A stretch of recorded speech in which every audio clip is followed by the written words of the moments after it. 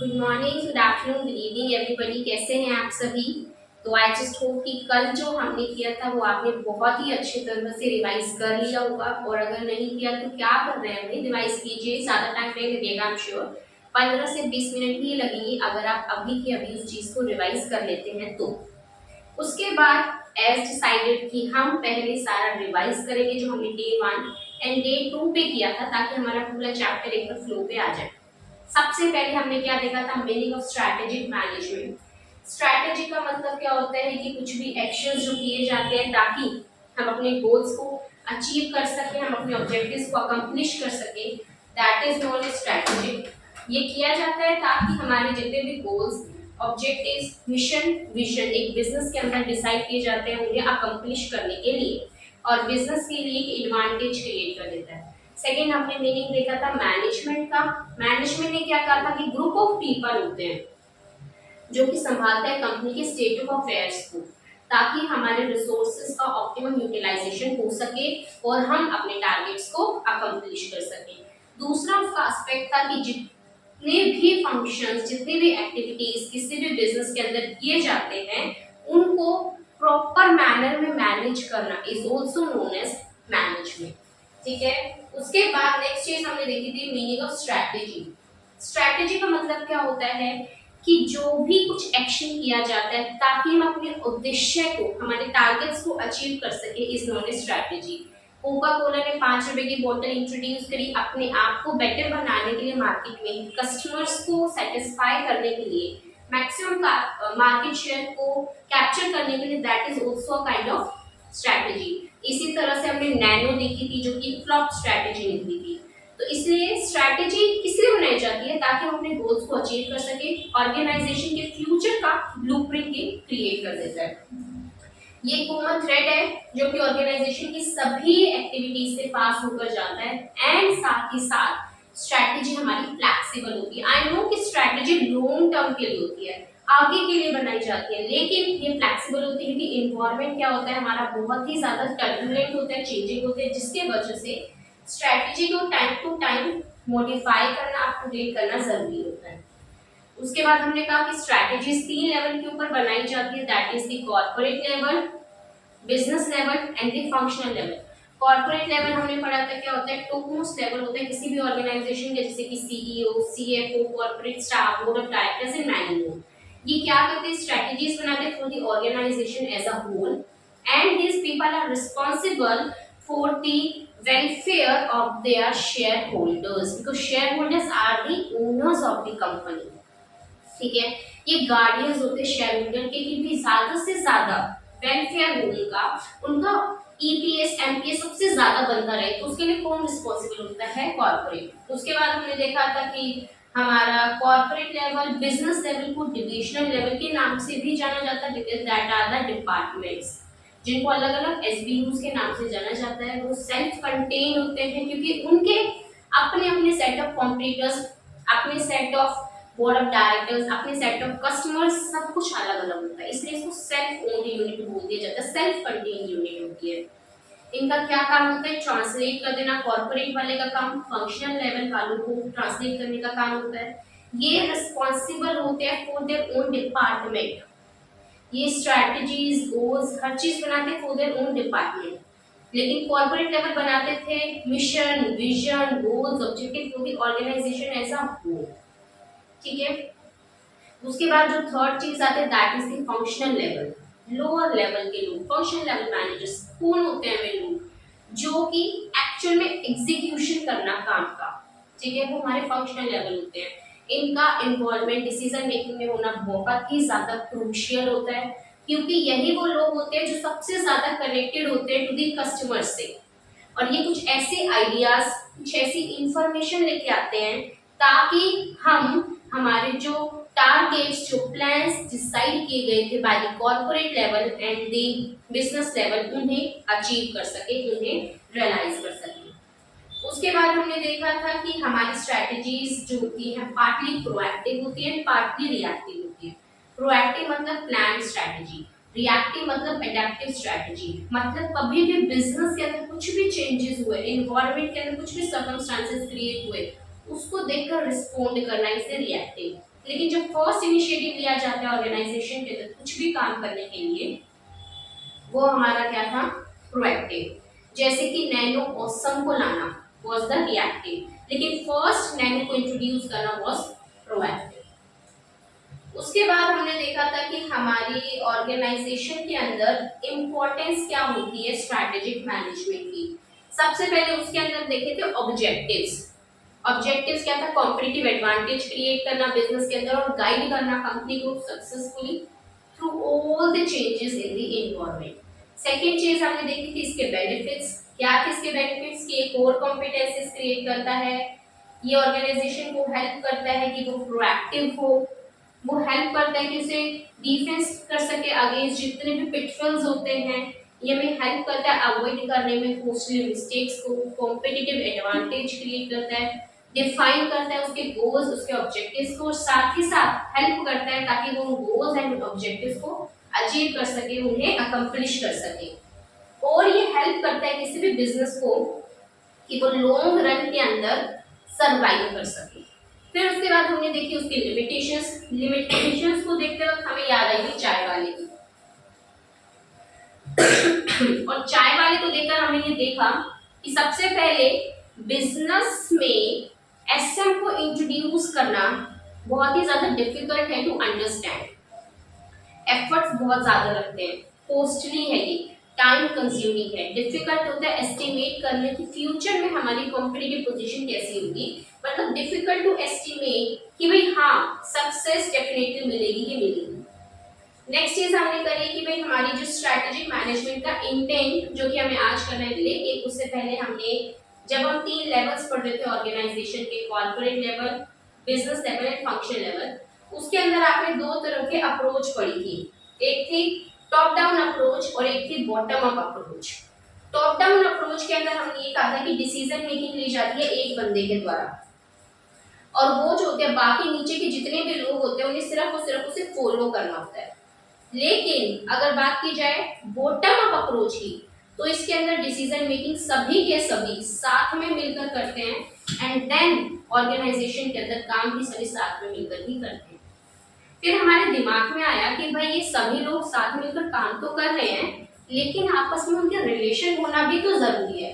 तो उस रिलेशनशिप को बनाने के अलग अलग तरह के हमने पढ़े थे नेटवर्क। सबसे पहले हमने करा फंक्शनल एंड डिविजनल रिलेशनशिप।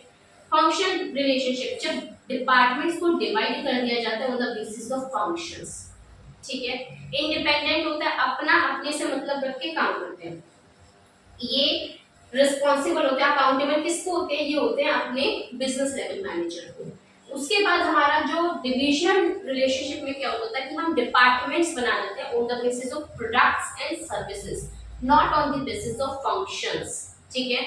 और ये अपने आप में ये भी कहते हैं इंडिपेंडेंटली काम करते हैं और ये अकाउंटेबल हो जाते हैं कॉर्पोरेट लेवल के मैनेजर को।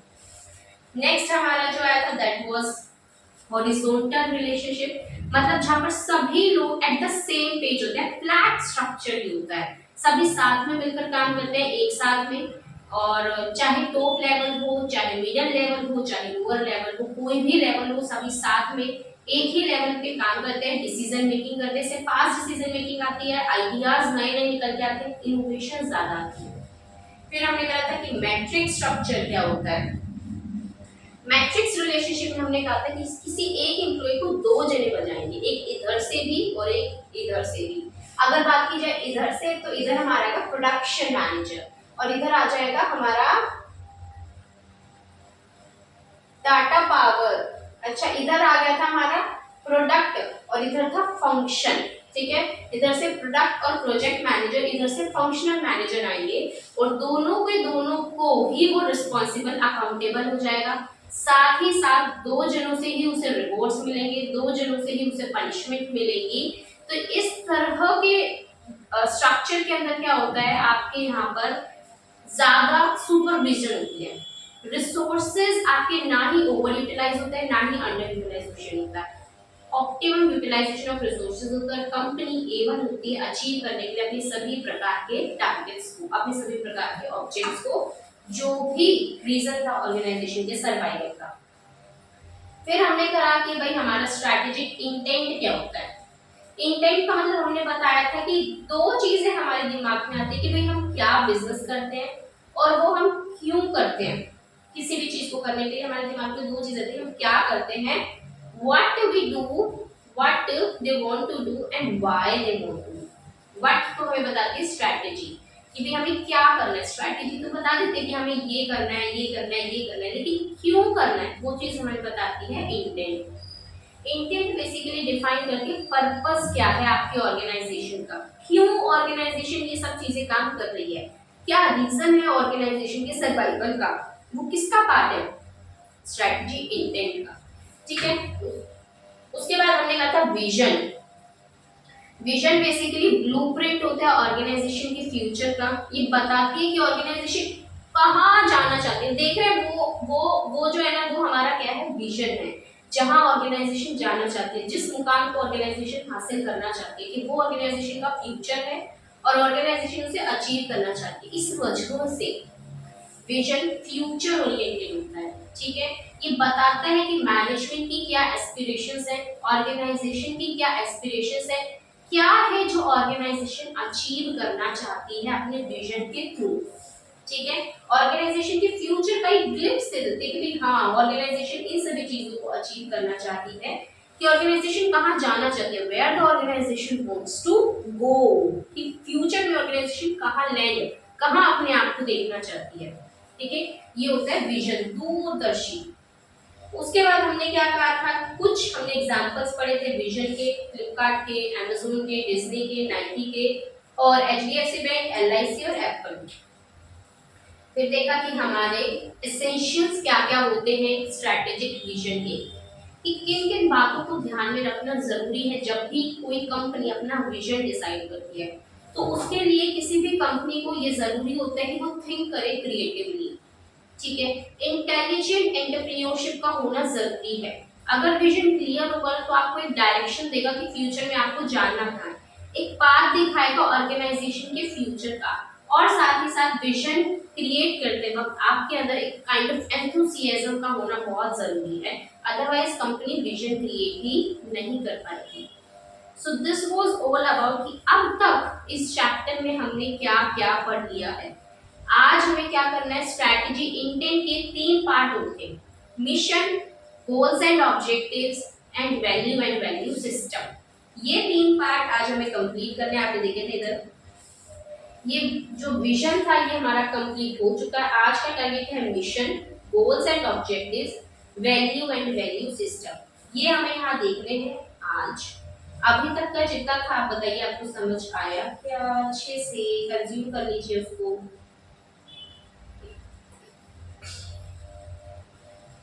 चलिए फटाफट से जो अभी तक हमने किया उसे कंज्यूम करो, और फिर हम आज का टारगेट शुरू करेंगे मिशन से, कि मिशन एक्चुअल में होता क्या है, उसका मतलब क्या है।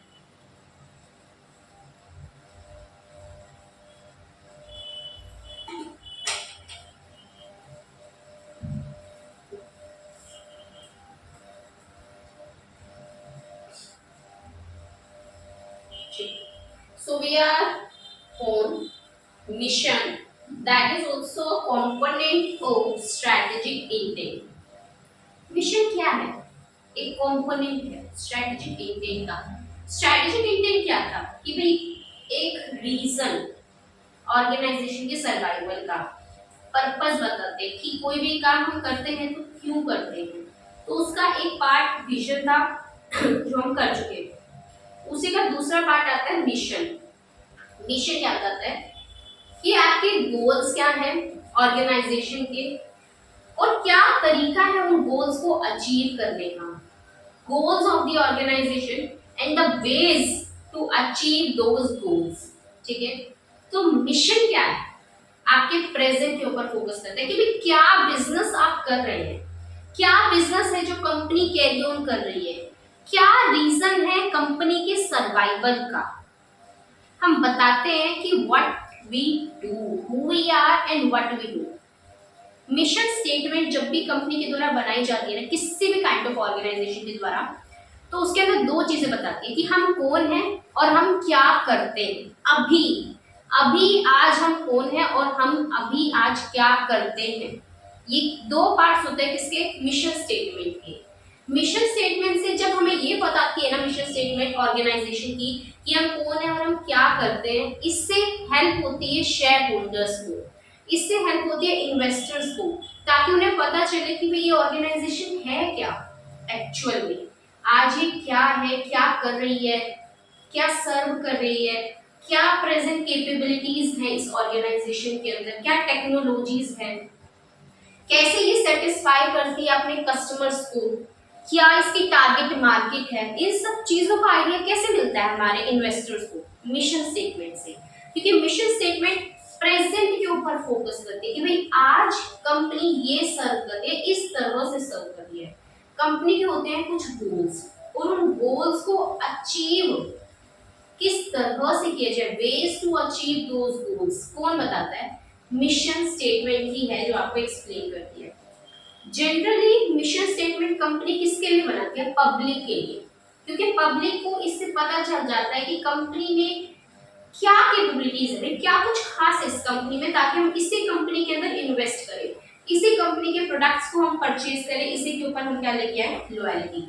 तो इसलिए हमें क्या पता चलता है मिशन स्टेटमेंट से, what do we are and what do we do, हम क्या करते हैं और हम कौन हैं, किससे पता चलेगा आपको, मिशन स्टेटमेंट से। उसके बाद मिशन स्टेटमेंट कस्टमर ओरिएंटेड होती है, कस्टमर ओरिएंटेड क्योंकि ये कस्टमर्स को बता रही है ना कि भाई हम ना ये करते हैं, ये करते हैं, इसी वजह से एक मिशन स्टेटमेंट का यूनिक होना जरूरी है, क्योंकि हर एक कंपनी का अलग होने के पीछे कुछ ना कुछ खासियत होती है कि क्यों यही कंपनी को हम चूज करें। हम कोई भी प्रोडक्ट जब परचेज करते हैं तो हम देखते हैं कि ब्रांड, हाँ इसी ब्रांड का हमें लेना है क्योंकि ये इस कंपनी का ब्रांड है, क्यों, क्योंकि काइंड ऑफ लॉयल्टी है हमें उस कंपनी के ऊपर, क्योंकि हमें पता है कि भाई ये सब फॉलो किए जाते हैं, एथिक्स या सेट ऑफ गाइडलाइंस है, ये सब कंपनी ये फॉलो करती है, ठीक है। और वो हमें कहाँ से पता चलेगा, मिशन स्टेटमेंट से। भाई जब भी तो हमने कहा कि मिशन स्टेटमेंट हमें बताती है कि कंपनी क्या है और ये क्या करती है, what we are and what we do, ठीक है। देखो ये क्या है, गोल्स बताती है एंड वेज बताती है उन गोल्स को अचीव करने के लिए। ये हेल्प करती है पोटेंशियल शेयर होल्डर्स को, इन्वेस्टर्स को कि अंडरस्टैंड करें भाई फर्म के पर्पस का, रीजन बताते हैं कि भाई ये ऑर्गेनाइजेशन आज सोसाइटी में एग्जिस्ट कर रही है तो क्यों कर रही है, क्योंकि इसके अंदर कुछ तो खास है, कुछ तो खास है जो कंपनी सर्व कर रही है और बाकी कंपनीज उसको सर्व नहीं कर पा रही है। तो वो कहाँ से पता चलेगा, मिशन स्टेटमेंट से। आपको मैं एक एग्जांपल देती हूँ मिशन स्टेटमेंट का, इसका YouTube का, we provide fast and easy video access.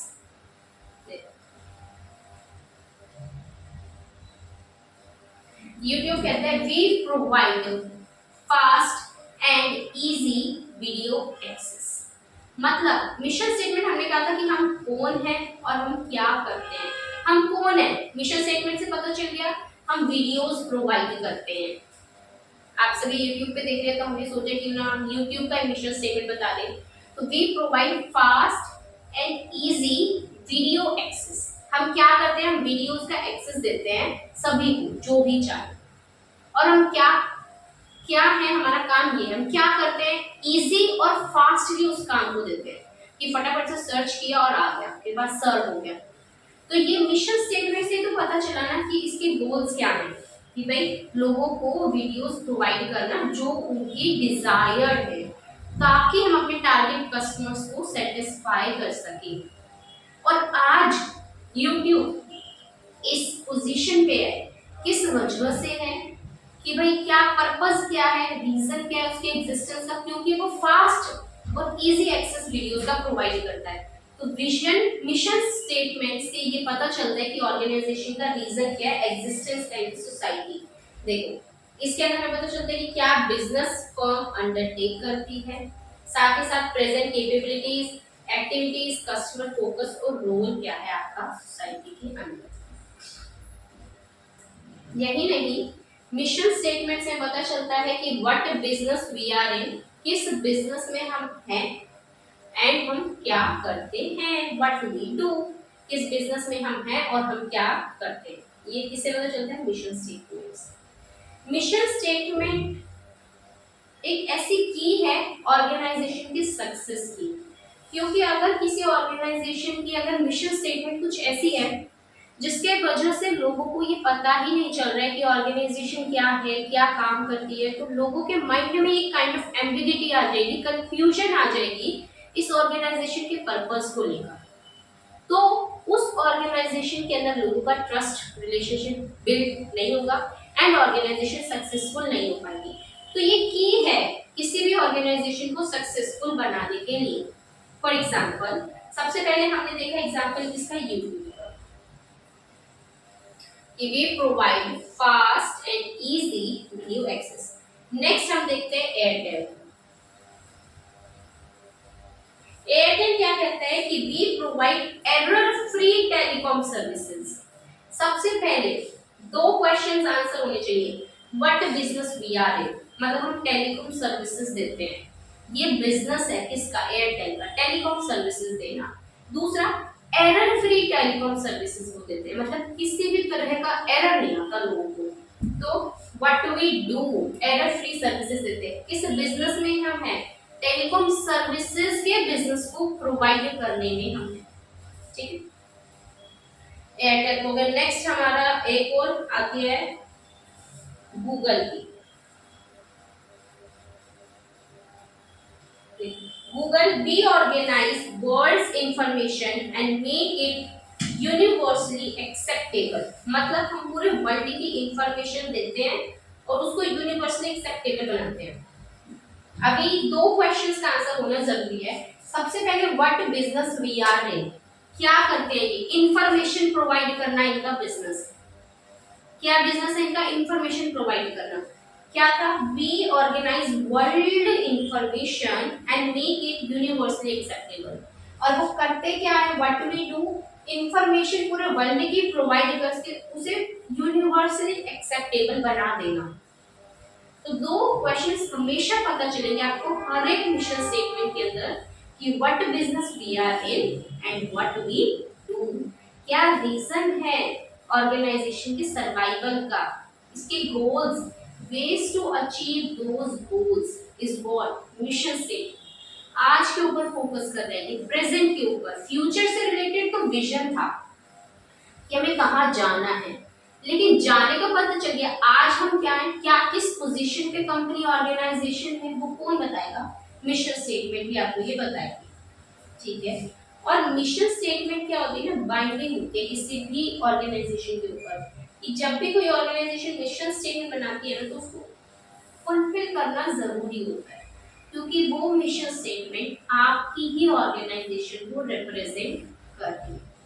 ठीक, नेक्स्ट एक क्वेश्चन आता है, why should an organisation have a mission. एक ऑर्गेनाइजेशन के अंदर मिशन क्यों होना चाहिए? सोचिए कि भाई किसी भी ऑर्गेनाइजेशन के अंदर मिशन क्यों हो।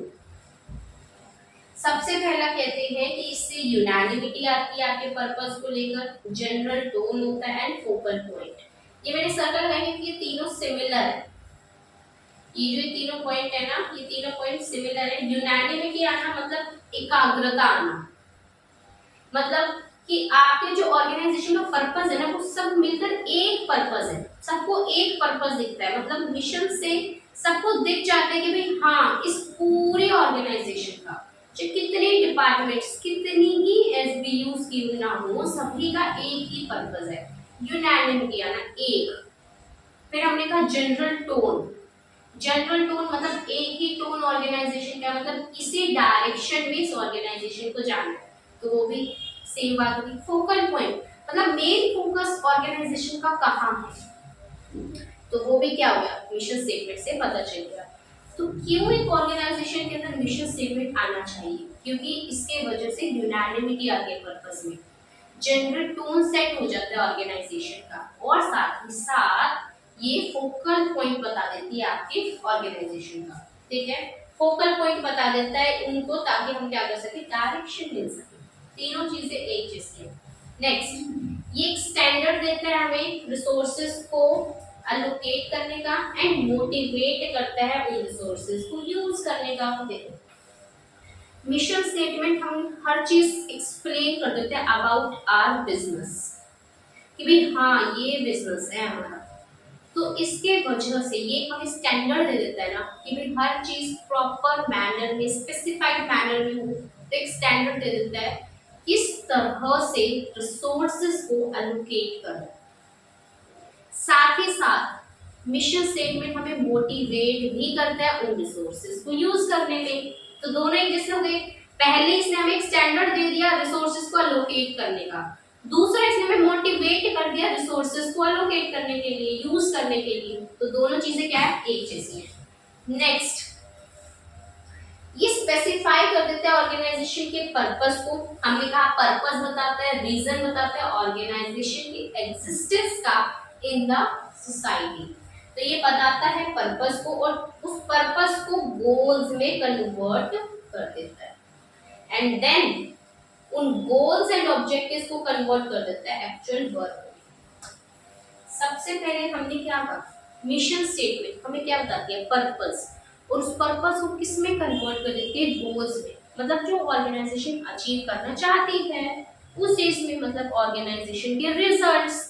तो पर्पस को किस में कन्वर्ट कर दिया, गोल्स में, which are results of the organisation. फिर उस मिशन से जो हमारे गोल्स हैं, जो हमारे ऑब्जेक्टिव्स हैं, वो एक्चुअल काम में भी तो आने चाहिए ना, उनका एक्चुअल एग्जीक्यूशन होना जरूरी है, अदरवाइज अपने उन गोल्स एंड ऑब्जेक्टिव्स को अकम्प्लिश ही नहीं कर पाएंगे। तो मिशन स्टेटमेंट ने क्या बताया, पर्पस बताया, उस पर्पस को गोल्स में ट्रांसलेट कर दिया एंड देन उन गोल्स एंड ऑब्जेक्टिव्स को एक्चुअल वर्क स्ट्रक्चर के अंदर कन्वर्ट कर दिया। किसने, मिशन स्टेटमेंट। तो ये बता रहे थे कि ऑर्गेनाइजेशन के अंदर मिशन स्टेटमेंट क्यों होना चाहिए। तो क्यों आपको क्लियर हो गया होगा कि यूनानिमिटी आती है, फोकल पॉइंट सेट होता है, जनरल टोन पता चलता है ऑर्गेनाइजेशन का, एक जैसी बातें दोनों, तीन होगी दोनों। दूसरा दूसरा हमें से पता चलता है कि ऑर्गेनाइजेशन एक स्टैंडर्ड देता है रिसोर्सेज को एलोकेट करने का एंड देन हमें मोटिवेट करता है कि हम उन रिसोर्सेज को यूज करें। तीसरा ये पर्पस बताता है, उन पर्पस को गोल्स में कन्वर्ट कर देता है, ट्रांसलेट कर देता है एंड देन उन गोल्स एंड ऑब्जेक्टिव्स को एक्चुअल रिजल्ट्स में, मतलब वर्क स्ट्रक्चर में ट्रांसलेट कर देता है। बात आपको सिर्फ तीन की याद रखनी है, उन तीन से ही इंटरकनेक्टेड है बाकी सारे। फिर हमने कहा मिशन स्टेटमेंट से पता चलता है who we are and what we do, present capabilities, customer focus ही हमें बता देता है।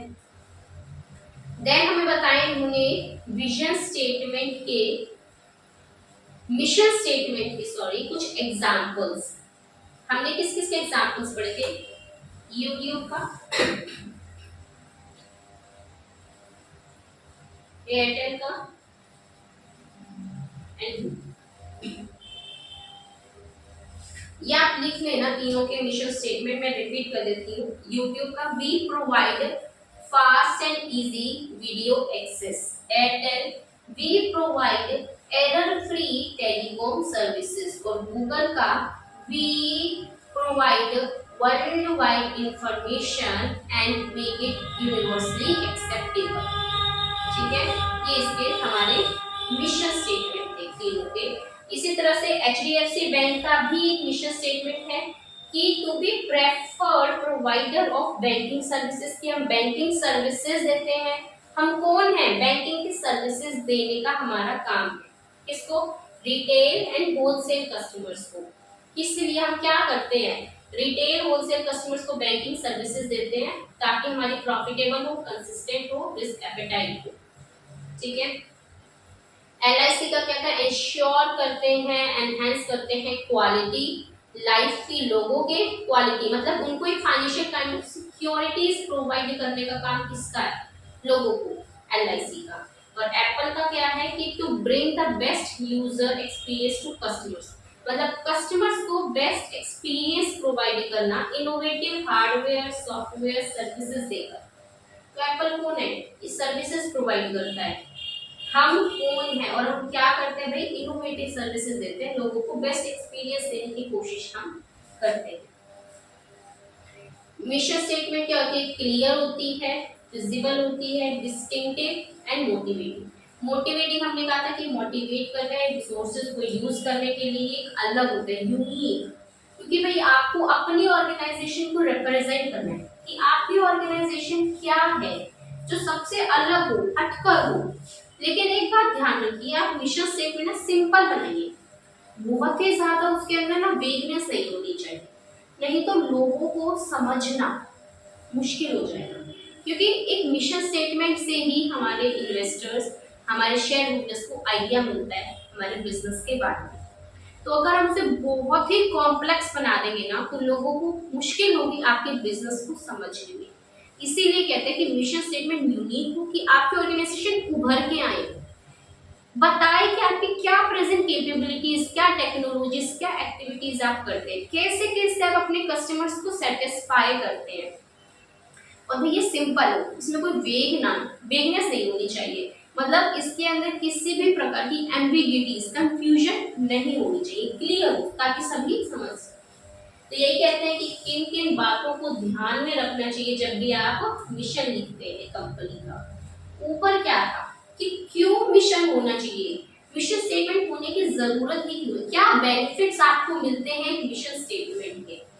ठीक है, ये था कि मिशन स्टेटमेंट को लिखते वक्त किन बातों को ध्यान में रखना चाहिए। जैसे कि आपने विजन में पढ़ा था कि विजन स्टेटमेंट को लिखते वक्त किन बातों को ध्यान में रखना चाहिए। आपके पास ये क्वेश्चन मैंने दिया है कि विजन स्टेटमेंट को लिखते वक्त किन किन बातों को ध्यान में रखना चाहिए, क्वेश्चन है आपके लिए। और आपने पूरा का पूरा क्वेश्चन लिख कर देखना है या रिवाइज करना है, जैसे आपकी मर्जी, या कमेंट सेक्शन में बता देना मुझे इसका आंसर क्या है, मैं रीड करूंगी मैं सबके कमेंट्स जो भी आएंगे। इसी तरह से मिशन को लिखते वक्त भी कुछ बातें जो ध्यान में रखनी चाहिए, क्या या आपकी अपनी एक स्पेशल आइडेंटिटी को दिखाए। दूसरा ये बताए कि कैसे आप अपने कस्टमर्स को सेटिस्फाई करते हैं, या आपकी टेक्नोलॉजीज, आपकी कॉम्पिटेंसीज, आपकी एक्टिविटीज बताएं। और ये क्या होनी चाहिए, यूनिक होनी चाहिए। सेम बेसिक बातें, सिंपल हो, यूनिक हो, एक स्पेशल आइडेंटिटी दे। उसके बाद हमने कहा कि भाई ये बताए कि क्या कैपेबिलिटीज, क्या टेक्नोलॉजीज, क्या एक्टिविटीज हैं आपके पास। ठीक है, कैसे आप अपने कस्टमर्स को सेटिस्फाई करते हैं। नेक्स्ट क्वेश्चन हमारे पास आता है, हमारा मिशन क्या है एंड हम किस बिजनेस में हैं। तो कुछ बेसिक क्वेश्चन ना हमारे माइंड में अराइज होते हैं जब भी हम किसी बिजनेस की बात करते हैं।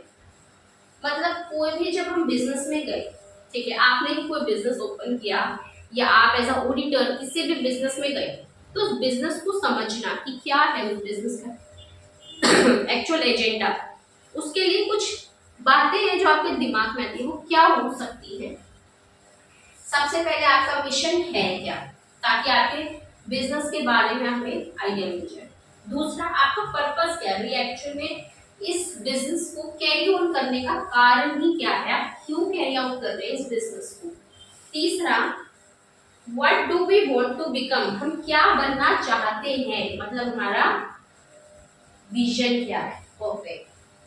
उसके बाद व्हाट काइंड ऑफ ग्रोथ, किस तरह की ग्रोथ हम चाहते हैं, किस बिजनेस में हम हैं, क्या हम अपने इस बिजनेस को अच्छे से समझ पा रहे हैं, होम भी हम किसको सर्व करना चाहते हैं, मतलब हमारी टारगेट मार्केट क्या है। टारगेट मार्केट बोल दीजिए या टारगेट ग्रुप ऑफ कस्टमर्स हमारा क्या है। उसके बाद हम किसे सर्व करते हैं, ठीक है, सेम बातें ये दोनों।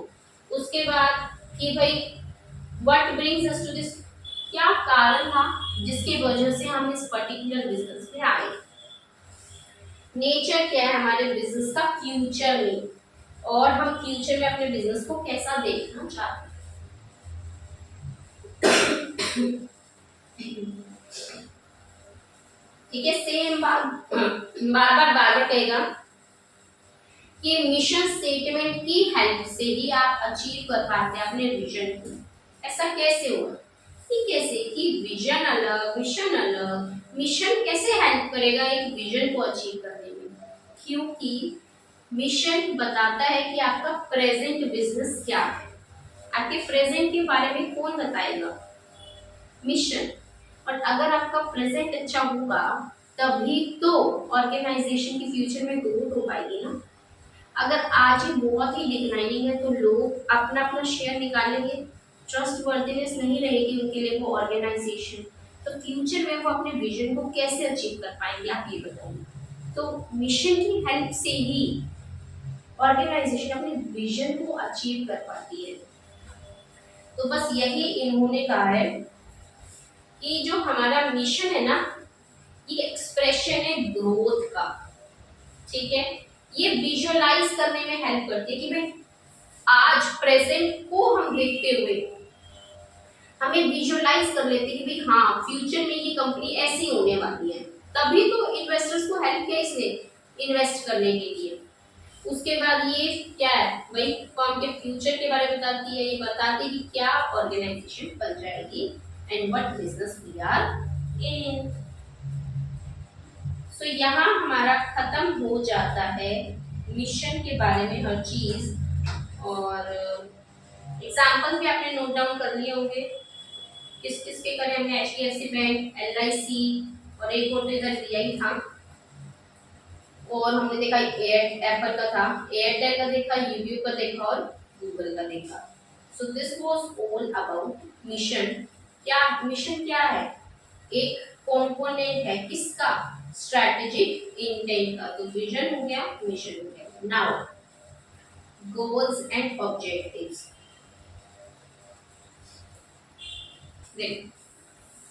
गोल्स क्या होता है एंड ऑब्जेक्टिव्स क्या होता है?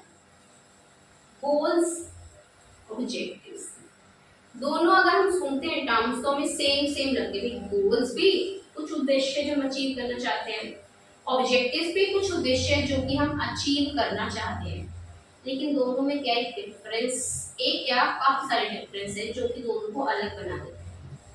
सबसे पहली बात, गोल्स क्या होते हैं? And results.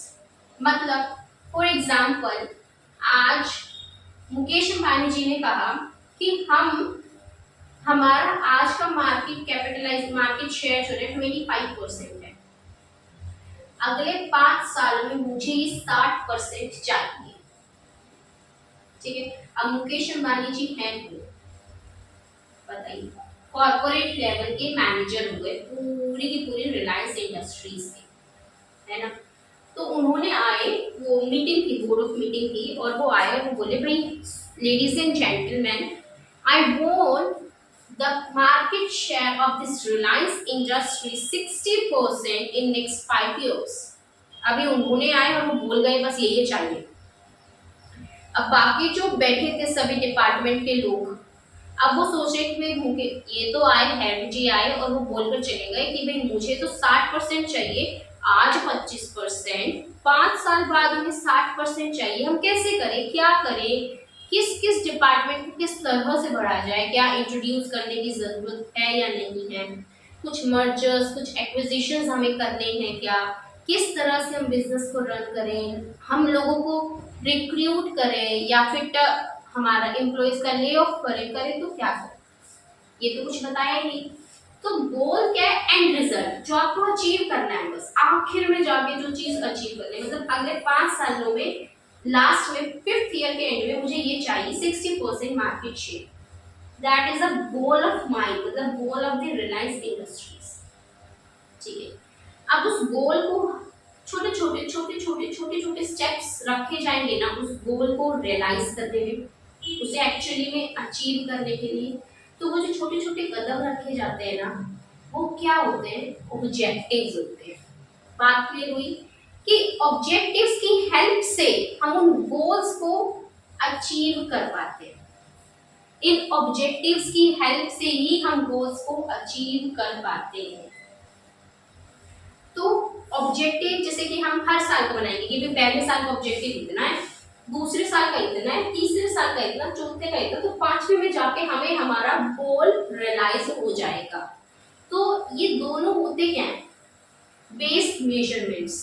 मतलब एक ऐसा टारगेट है ऑर्गेनाइजेशन की पोजीशन को मेजर करने का कि भाई क्या है ये ऑर्गेनाइजेशन एक्चुअल में, उसको मेजरमेंट करने का एक जरिया क्या है? गोल्स एंड ऑब्जेक्टिव्स, पहली बात। दूसरा हमने कहा कि भाई गोल्स तो जो हमें आखिर में चाहिए कुछ बताए नहीं, कुछ भी तो नहीं बताया कि भाई हमें अभी ये ऐसे ऐसे चाहिए, ये ऐसे ऐसे चाहिए। ऐसे ऐसे का मतलब क्या कि भाई आपको इस तरह की स्ट्रैटेजीज को फॉलो करना है। कुछ स्पेसिफिकली मेंशन ही नहीं किया कि भाई इस डिपार्टमेंट को इतना बढ़ाओ, या फिर हमारे फुटवियर वाले डिपार्टमेंट को इतना बढ़ाओ, या फिर जियो मार्ट को इतना बढ़ाओ, ठीक है, या फिर जो हमारे रिलायंस, जियो मार्ट रिलायंस फ्रेश तो एक बात होगी ना, सॉरी, जियो मार्ट वाले को इतना बढ़ाओ, या पेट्रोकेमिकल्स को इतना बढ़ाओ, या ज्वेलरीज डिपार्टमेंट को इतना बढ़ाओ। कुछ स्पेसिफिकली तो हमें बताया नहीं ना, तो ये स्पेसिफिक तो है ही नहीं। एक हर एक के लिए इसे अंडरस्टैंड करना भी डिफिकल्ट है। भाई हम करें तो करें क्या? आपने तो आके बस बोल दे कि 60% चाहिए, क्या चाहिए, कब चाहिए, कैसे चाहिए, कुछ तो बताओ। भाई इस साल के एंड में कितना चाहिए? तो एक टाइम बेस्ड मेजरमेंट सही है। हमें टाइमली बताया ही नहीं है, सीधा कहते कि मुझे तो ना 60% चाहिए। अभी कैसे हम उसे अचीव करें, कितने टाइम पीरियड में कितना शेयर अचीव करें, कुछ भी नहीं पता। तो इसीलिए बनाए जाते हैं ऑब्जेक्टिव्स। देखिए एक डायग्राम के थ्रू मैं आपको इस चीज को एक्सप्लेन करती हूँ कि ऑब्जेक्टिव्स एक्चुअल में होते क्या है और मिशन एक्चुअल में होते क्या है। हम जाते हैं नोट्स पार्ट के। अच्छा ये आपने लिख लिया होगा ना,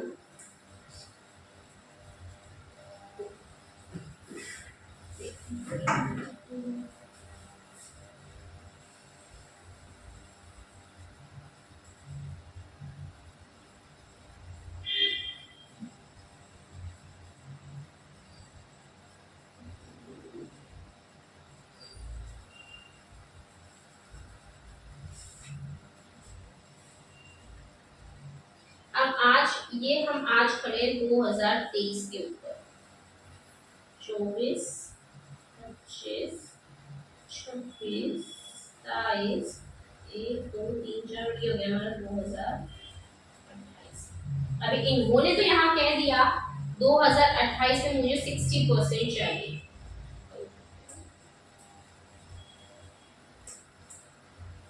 अभी इन्होंने यहाँ क्या कहते थे 2028 में हमें कितना चाहिए, 60% चाहिए बस। ये क्या हो गया हमारा गोल। लेकिन हर साल का जो हम टारगेट सेट करेंगे वो क्या होंगे हमारे ऑब्जेक्टिव्स कि वो छोटे छोटे कदम रखेंगे हम, ताकि हम अपने ऑब्जेक्टिव्स को, अपने उस गोल्स को अचीव कर सके। कि इस साल का हमारा ऑब्जेक्टिव अकम्प्लिश हुआ तो हमने एक स्टेप क्रॉस कर दिया, अपने उस गोल को अचीव करेंगे। गोल कौन सा? 2028 में 60% लेना, ठीक है।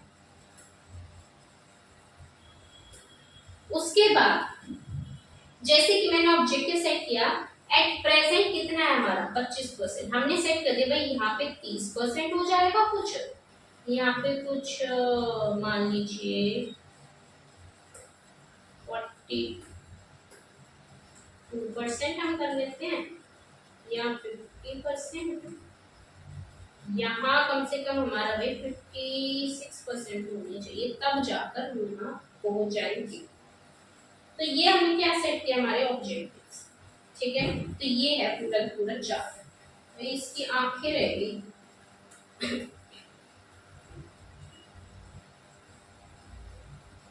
नहीं हाँ सो रही है, बेचारा परेशान है।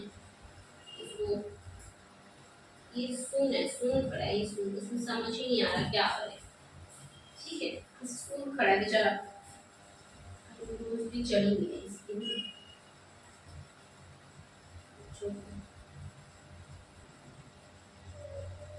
क्या होगा, कोई नहीं, इतने इसको प्रोसेसिंग हो लेते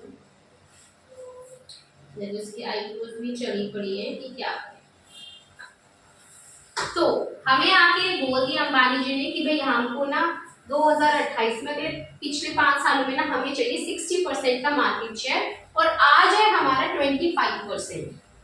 तो उन्होंने सीधा एंड रिजल्ट हमें बता दी, भाई आखिर में जाके मेरे को ये चाहिए, तो मतलब ये मेरा क्या हो गया है, गोल, ठीक है। अब उस गोल को अचीव करने के लिए मुझे हर साल का टारगेट तो बताना पड़ेगा ना कि भाई 2024 में इतना हो, 25 में इतना हो, 26 में इतना हो, 27 में इतना हो, तब जाकर हम उस 60% को अचीव कर पाएंगे। तो ये 30%, 42%, 50%, 56% मेरा मार्केट शेयर हो। ये हमने क्या बताया है, मार्केट शेयर, ठीक है। तो ये जो इधर एक्सप्लेन किया ना उन्होंने, ये छोटे छोटे कदम, वो है ना हमारे ऑब्जेक्टिव्स, ताकि हम क्या कर सके, रियलाइज कर सके अपने गोल्स को। सो ये क्या होता है कि ऑब्जेक्टिव्स बनाए जाते हैं अपने गोल्स को अचीव करने के लिए। तो ऑब्जेक्टिव ने हमें स्पेसिफिकली बता दिया ना कि भाई इस साल में हमें इतना चाहिए, स्पेसिफिक कोई चीज हमें बता दी कि आप ऐसे ऐसे करेंगे ना इस काम को, तब जाकर आप अपना जो कि 60% के टारगेट को अचीव कर पाएंगे। तो स्पेसिफिक है, टाइम बेस्ड है, क्योंकि बता दे कि इस एक साल के अंदर हमें इतना चाहिए, अगर आपको हो जाएगी तो ठीक है। और हम मेजर कर पा रहे हैं, हम अंदाजा लगा पा रहे हैं। भाई आप समझ लीजिए कि आप जो होते हैं किसी जियो मार्ट के मैनेजर हैं और आप ये अंदाजा लगा पा रहे हैं कि भाई हमें इतना काम करना पड़ेगा, तब जाकर हम इस 30% को अचीव कर पाएंगे, ठीक है। तो ये क्या हो गया, मेजरेबल हो गया, ओके। फिर उसके बाद हम अंडरस्टैंडिंग क्रिएट हो रही है हमारी, अंडरस्टैंडेबल हो गए। उसके बाद ये हमारा रेलेवेंट होगा, मतलब विद इन द कॉन्स्टेंट्स, ऐसे कुछ भी मन गढ़ंत नहीं कह दिया हमने कि 25 से सीधा 60 हो, नहीं, 25 से पहले 30 होगा, फिर उसके बाद हमारा 42 होगा। तो ये क्या है, रेलेवेंट है, विद इन द कॉन्स्टेंट्स, मतलब विद इन द लिमिट्स, किसी चीज को हम देखकर कह रहे हैं। तो इसी के वजह से हमने क्या कहा कि जो हमारे ऑब्जेक्टिव्स होते हैं वो कहते हैं that you are a smart CA. Objectives कहते हैं you are smart CA. Objectives क्या कहते हैं, you are smart CA. U का मतलब अंडरस्टैंडेबल, आर का मतलब रेलेवेंट, एस का मतलब स्पेसिफिक, एम का मतलब मेजरेबल। स्पेसिफिक कैसे कि स्पेसिफिकली मेंशन कर दिया ना कि इस डिपार्टमेंट में इतना शेयर बढ़ाना है आपको इस एक साल में। ये क्या है, अचीवेबल, भाई इसे अचीव भी किया जा सकता है। 25 से 30 पे जाना पॉसिबल है कि नहीं है, हाँ जी है। उसके बाद रिलेशनशिप फॉर्म कर सकते हैं ऑर्गेनाइजेशन के अंदर, सभी डिपार्टमेंट्स आपस में डिस्कस करेंगे तो उनके बीच में काइंड ऑफ रिलेशनशिप फॉर्म होगा ना। फिर हमने कहा टाइम बाउंड होता है, हाँ जी, थोड़ा सा चैलेंजिंग भी होता है। 25 से 30 को लाना कोई चुटकियों का काम तो है नहीं कि चुटकी बजाइए हो गया, नहीं, सोचना समझना पड़ेगा। तो हमने क्या कहा, चैलेंजिंग भी होता है। और ए को छोड़ दो, ये कुछ नहीं है, बस सीए को पूरा करने के लिए ए लगा दिया हमने, ठीक है। तो ये था हमारा, क्या है ये, कैरेक्टरिस्टिक्स है इसकी।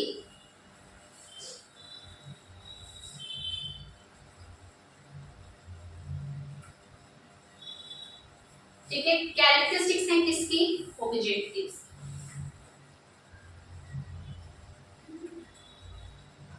ये है पूरा कॉन्सेप्ट गोल्स एंड ऑब्जेक्टिव्स का, कि भाई जो हमारे ये आपने ड्रॉ कर लो, सबसे पहले 2 मिनट दे दो फटाफट से इसको ड्रॉ कर लो ताकि आपको काइंड ऑफ आइडिया मिल जाए।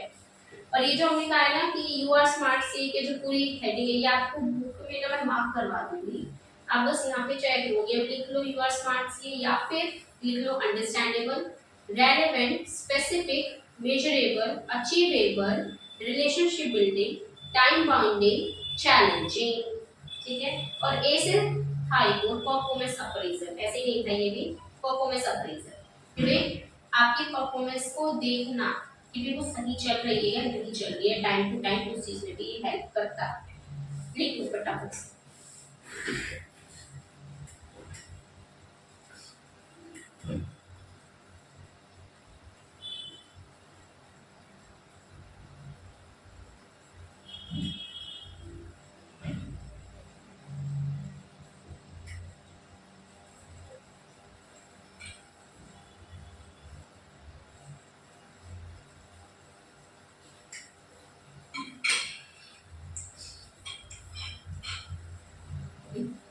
नेक्स्ट, तो अब इसी से हम आगे प्रोसीड करते हैं। गोल्स एंड ऑब्जेक्टिव्स की बात हो रही थी, आपके जो गोल्स होते हैं ना वो ओपन एंडेड एट्रीब्यूट्स होते हैं।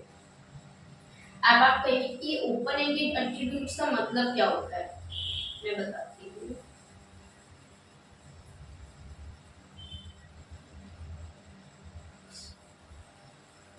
और जो ऑब्जेक्टिव्स होते हैं वो क्लोज एंडेड एट्रीब्यूट्स होते हैं। तो इन दोनों का मतलब क्या होता है, open ended attributes and close ended attributes. मतलब गोल्स आपको बता देते हैं ना कि हमें अगले सालों में ये चाहिए, तो ये सभी को हमने ओपनली बता दिया कि अब मान लीजिए आई बोर्ड ऑफ मीटिंग के अंदर जो भी मीटिंग थी हमारी कि भाई ladies and gentleman we want 60% market share in next 5 years. उन्होंने तो आके ओपनली डिस्कस कर दी ये बात हर किसी के साथ।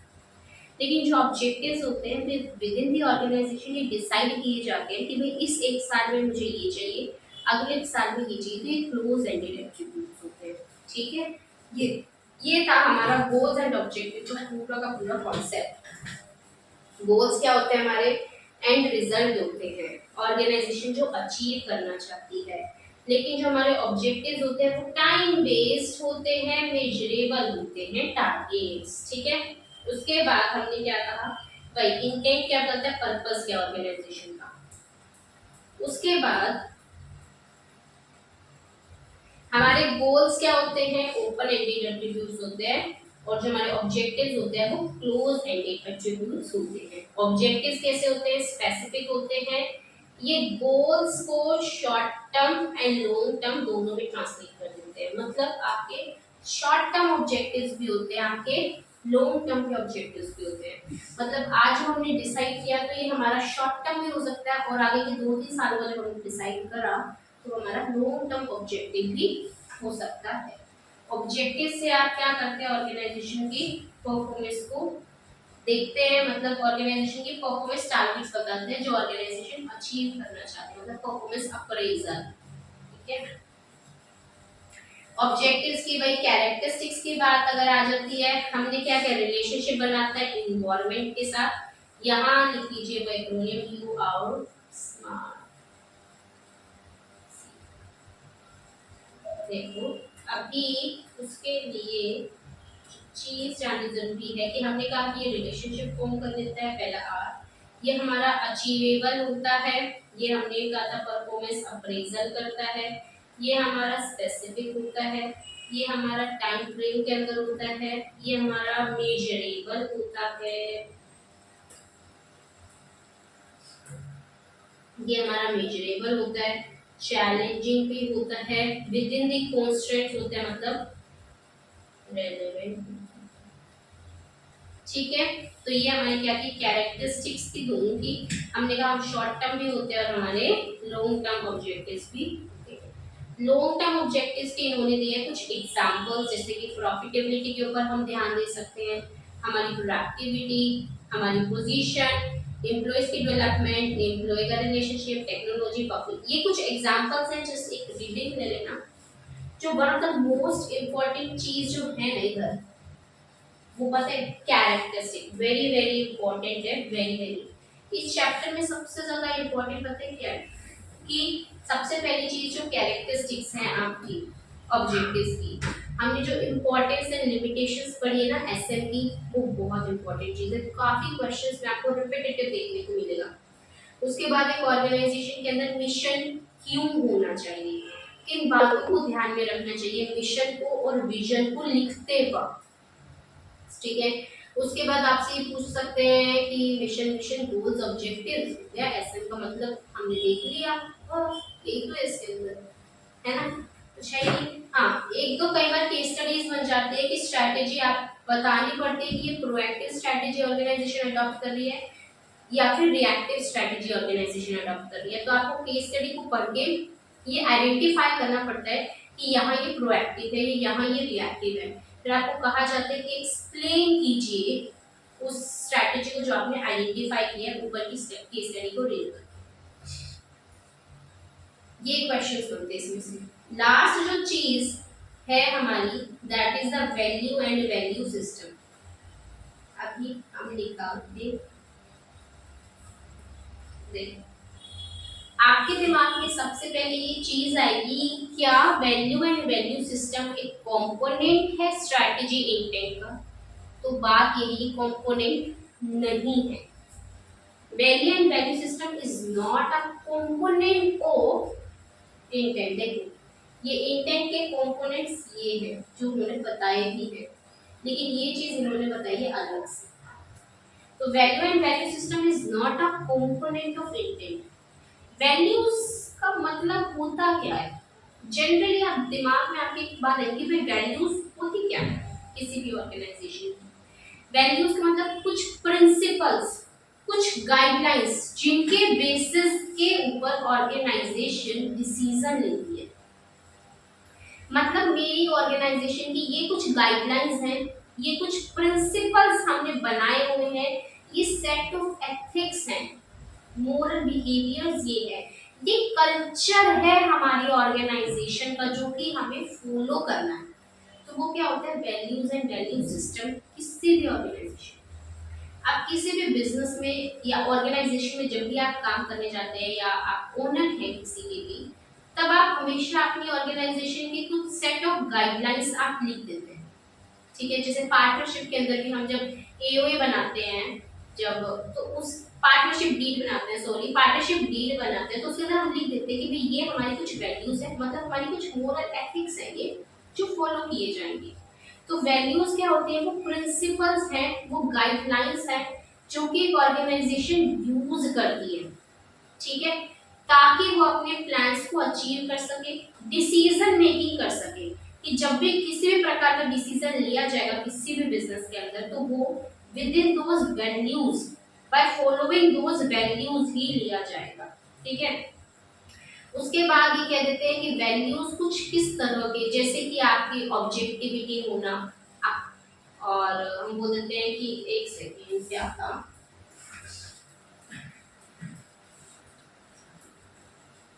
हाँ इंटेग्रिटी होना ऑर्गेनाइजेशन में, मतलब ऑनेस्टी होना, इंटेग्रिटी मतलब ऑनेस्टी होना, ट्रस्ट होना, अकाउंटेबिलिटी, भाई सभी की जिम्मेवारी डिसाइडेड है कि तू इस काम के लिए ही रिस्पॉन्सिबल है। ह्यूमिलिटी होना, इनोवेशन, डाइवर्सिटी, तो ये हमारे क्या होते हैं? सेट ऑफ वैल्यूज हैं जो किसी भी ऑर्गेनाइजेशन के अंदर क्या किए जाते हैं? पहले ही एक्सप्लेन कर दिए जाते हैं। इसी वजह से हमने क्या कहा कि जो ये विजन, मिशन, गोल्स, ऑब्जेक्टिव्स हमने डिफाइन करे, ये सभी किसके अंदर डिसाइड किए जाते हैं? With in those values. तो वैल्यूज ये जो सभी चीजों को ड्राइव करता है।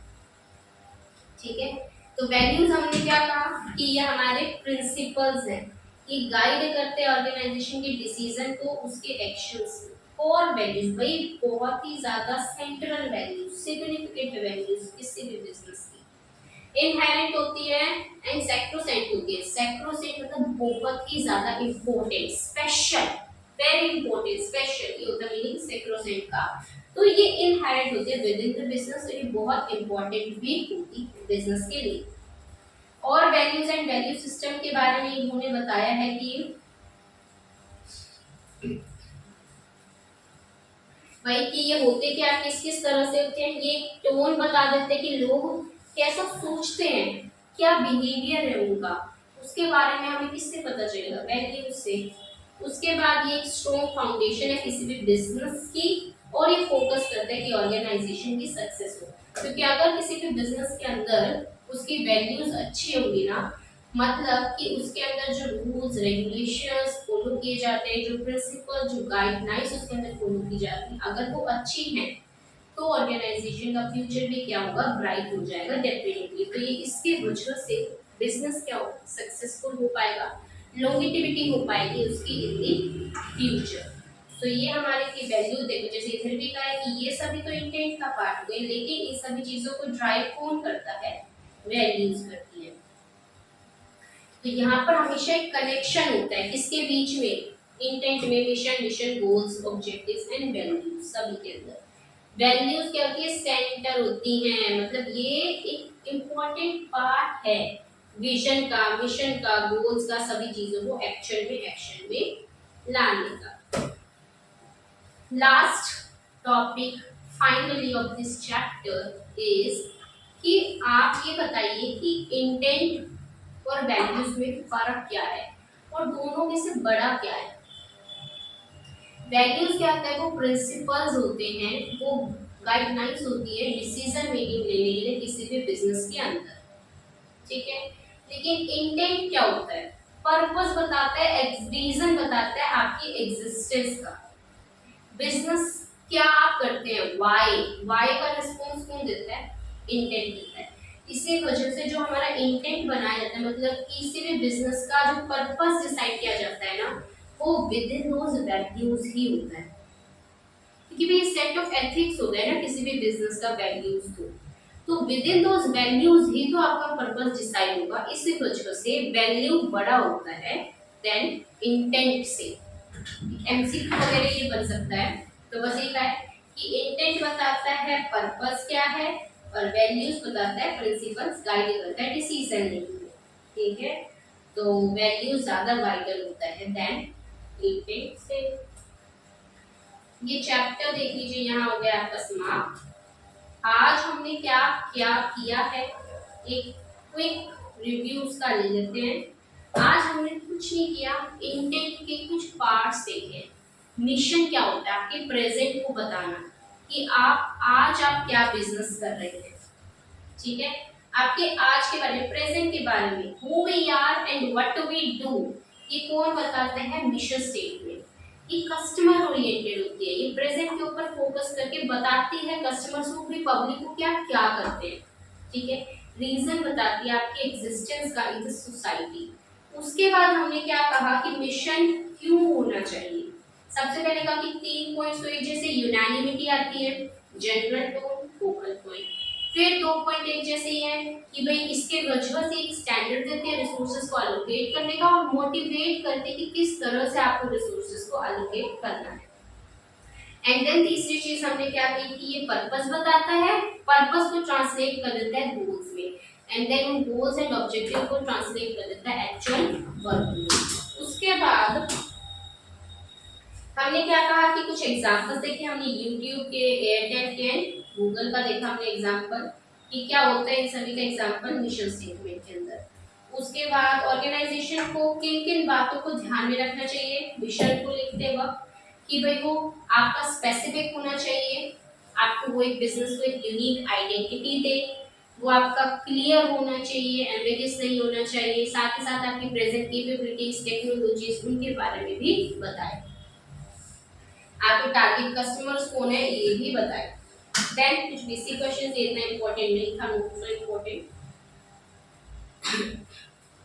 उसके बाद हमने देखा गोल्स एंड ऑब्जेक्टिव्स क्या होते हैं। गोल्स हमारे एंड रिजल्ट होते हैं जो भी कोई भी ऑर्गेनाइजेशन अचीव करना चाहती है, एंड ऑब्जेक्टिव्स छोटे छोटे टारगेट्स होते हैं उन गोल्स को अचीव करने के लिए, ठीक है। और उसके बाद हमने क्या देखा कि ये जो होते हैं, हमने इधर ये देखा कि हमारे ऑब्जेक्टिव्स तो हमने हर साल की डिसाइड कर दी कि ये सब चाहिए, लेकिन जो ओवरऑल हमें चाहिए दैट इज क्या है, हमारा गोल, ठीक है। उसके बाद हमने क्या देखा कि हमारा जो ऑब्जेक्टिव्स होते हैं उसके होते हैं कुछ characteristics, that is U are SMART C, मतलब अंडरस्टैंडेबल हो, एक रिलेशन फॉर्म करे विद द एनवायरनमेंट। उसके बाद हमने कहा वो स्पेसिफिक हो, मेजरेबल हो, अचीवेबल हो, रेलेवेंट हो, मतलब with in the set constants हो। उसके बाद वो हमारी टाइम फ्रेम के अंदर हो। उसके बाद चैलेंजिंग होना चाहिए एंड परफॉर्मेंस का अप्रेजल होना, क्या था हमारा ऑब्जेक्टिव्स के कैरेक्टरिस्टिक्स थी। और फिर हमने देखा वैल्यूज एंड वैल्यू सिस्टम्स क्या होता है। वैल्यूज हमारी क्या होती है, सेट ऑफ गाइडेंस होती है, प्रिंसिपल्स होते हैं, ताकि हम बिजनेस के अंदर डिसीजन मेकिंग कर सकें। और उसके बाद कहते हैं कि ये हमारी कुछ एग्जांपल जैसे कि इंटीग्रिटी होना, ट्रस्ट का होना, इनोवेशन, डाइवर्सिटी आना, ये सब चीजें वैल्यूज का ही पार्ट होती है। फिर कहा कि भाई आपकी वैल्यू बड़ा है या इंटेंट, आपकी वैल्यूज बड़ा है, क्योंकि वैल्यूज बताता है कुछ गाइडलाइंस, कुछ प्रिंसिपल्स, लेकिन इंटेंट बताता है पर्पस क्या है आपके बिजनेस। सो फाइनली खत्म हो गया है चैप्टर, यहाँ पर पूरा का पूरा chapter number 1 introduction to strategic management, जिसके अंदर हमने बहुत सारे टॉपिक्स को डील किया एंड फाइनली ये चैप्टर कंप्लीट हो गया। आपको क्या करना है, छोटा सा काम वही जो मैं डेली कहती हूँ, घर जाके रिवाइज करना है, प्लीज कर लो। अभी करोगे जल्दी रिवाइज हो जाएगा, लेकिन अगर इसको अभी छोड़ दोगे फिर सेकंड चैप्टर पे हम आ जाएंगे, धीरे धीरे पीछे का भूलते जाओगे। ठीक है, तो ये चैप्टर आपको पूरा रिवाइज कर लेना है आज की आज ही, अगर जिन्होंने भी पिछले 2 दिन रिवाइज नहीं किया, और जिन्होंने किया है वो आज वाला टॉपिक रिवाइज कर लो मोर देन एनफ। ठीक है जी, तो ये चैप्टर आपका कंप्लीट हो गया। इस पूरे चैप्टर की हम रिवीजन लेंगे, एक एक सेपरेट वीडियो आएगी वो चैप्टर रिवीजन की, बट अभी नहीं, अभी कराया जाएगा पूरा सा सिलेबस। सो यस, आज के लिए हमारा ये चैप्टर यहाँ हो गया हमारा कंप्लीट। आज के लिए इतना ही, बाकी हम मिलते हैं नेक्स्ट वीडियो में एक नए चैप्टर के साथ। बाय।